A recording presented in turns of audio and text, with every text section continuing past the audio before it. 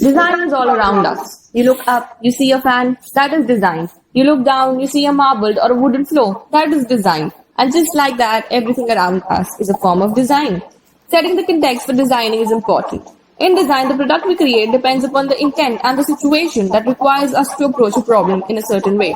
Who are our users? What is their situation? What are their needs and wants? What are their goals? If we talk about the context of culture that is associated with it, it has changed and due to which the design of a product has changed.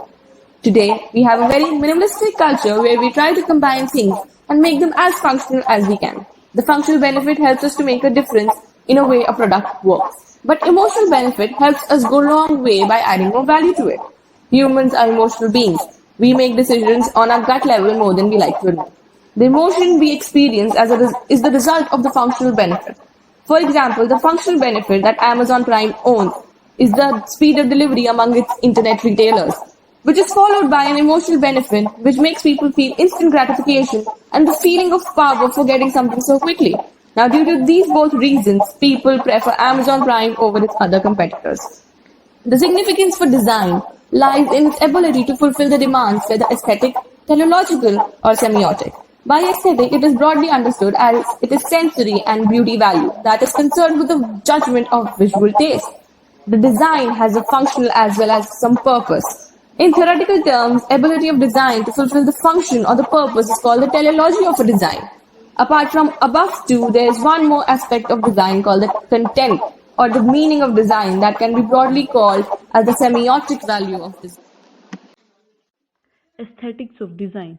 There is a phenomena that social psychologists call the halo effect. It means humans tend to assume that good looking people have other positive qualities aside from their looks. The same is valid for product design. Good looking product and user interface are perceived as more valuable and having more quality. There are three important categories which can make or break the aesthetics of our design. First is vision. The most dominant sense in majority of people is our sight. We can stop ourselves to look at what we find beautiful. It is as if light that reflects from beautiful design acts as magnet from our eyes. Second is hearing. Our ears are capable of perceiving a whole another level of aesthetic design.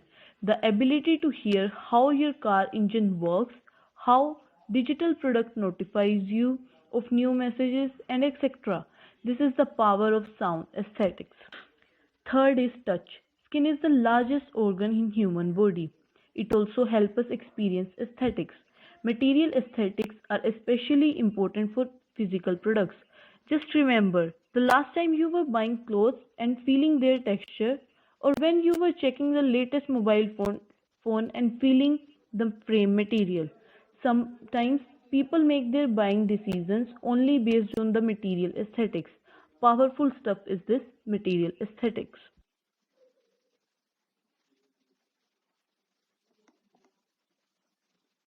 Why aesthetic design matters. People expect usability by default and are seeking products that are more than functional and usable. We want to experience pleasures to stimulate our senses. We want the products we use to evoke positive emotion in us. Aesthetic design is crucial to satisfy these needs. We all judge the book by its cover. The better the book cover, the more we believe the content is better. This is the phenomena called aesthetic usability. Beautiful products objects are perceived as easier to use and more valuable. This phenomena is especially valid when the products compared are equal in functionality and ease of use. The better looking products will win over the users swiftly. But when the aesthetics is in the senses of our users, how do we know what to design? The answer can be given by the people we are designing the product and experience for. We need to understand them before deciding what is aesthetically pleasing. When we are designing products for really wide audience, it is wiser to keep things simple as much as possible.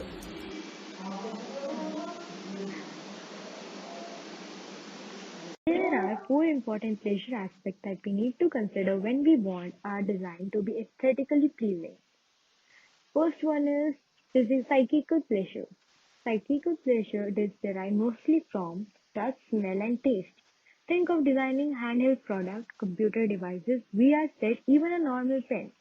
We need to make sure the design is ergonomic, it feels comfortable, and doesn't overload the user senses. The second one is social pleasure. We need to make sure the design supports social interaction in the best way possible. It could be as simple as the sound aesthetics of the coffee machine that allows employees to communicate while waiting for the coffee to be ready. The third one is the psychological pleasure. Pleasure derived from the completing a task or feeling in control and safe. This context is very tightly related to the usability of the product, but it can also be related to how the product design looks. Sometimes product design has been dominating aesthetics that are not supported by good usability and ergonomics. The other times, the usability must be on focus no matter what. Equipment designed for emergency situations where people cognition is compromised. In this case, aesthetics are with low priority. What is ergonomics of an object? Ergonomics is about ensuring a good fit between people and the things they interact with. Ergonomics is divided into three types: physical, psychological, and organizational. Physical ergonomics is about the human body response to the physical and psychological work demands. It includes working posture, musculoskeletal disorder, repetitive movements, and manual handling. Psychological ergonomics studies mental processes and how people interact with the product, system, and environment. That includes stress, motivation, decision-making, and pressure. Organizational ergonomics is about optimizing the organizational structure process to ensure that you keep your end users' needs in focus all the time. That include communication, work partner, and quality management.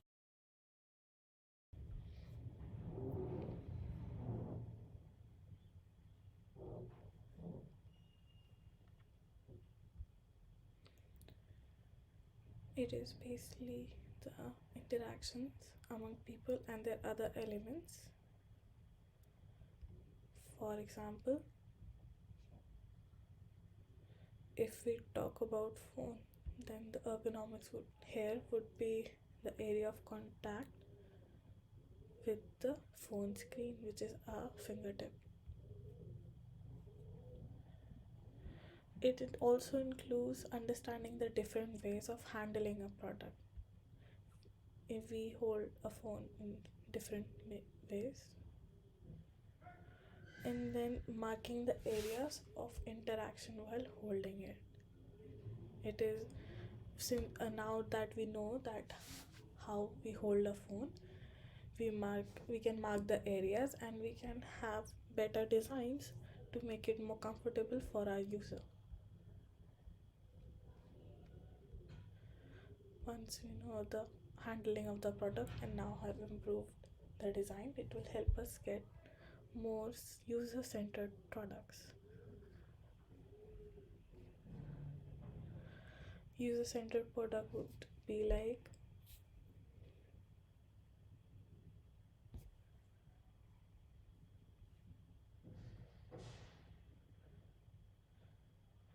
now we have the information, the goals. Design thinking is human-centered, focusing on the problem of an individual, solving it, scaling it to reach more humans with that problem. That is great and has shown amazing results over the year. However, this framework presents little opportunity to think about the long-term impact of these innovations have on us as social beings. At the end, what is a good design? A good design is when a designer is able to think, feel, and create what people actually need. A good design is the absence of people complaining. It serves a purpose and communicates the idea effectively.